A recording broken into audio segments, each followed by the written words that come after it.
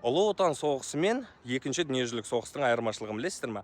Білмесеңіздер, мен айтып беруге тырысайын. Екінші дүниежүзілік соғыс 1939 жылы басталады және біздің Қазақстанға тікелей ол әсер етпейді. Себебі біз Қазақстан кеңестік социалистік республикасы болып тұрдық ол кезде, иә. Сондықтан ол бізге тікелей әсерін бермегеннен кейін Қазақстан ол соғысқа қатысқан жоқ. Ал ұлы отан соғысы дегеніміз 41 жылы басталды. Басталуына себеп Германия Совет өкіметіне әскермен кіріп келді. Біз Совет өкіметінің құрамында болдық, сондықтан бұл соғысқа қатысуға мәжбүр болдық. Сол қырғынға, сол қанды майданға қазақтың жерінен 1.200.000-ге жуық адам, яғни сарбаз аттанған ғой.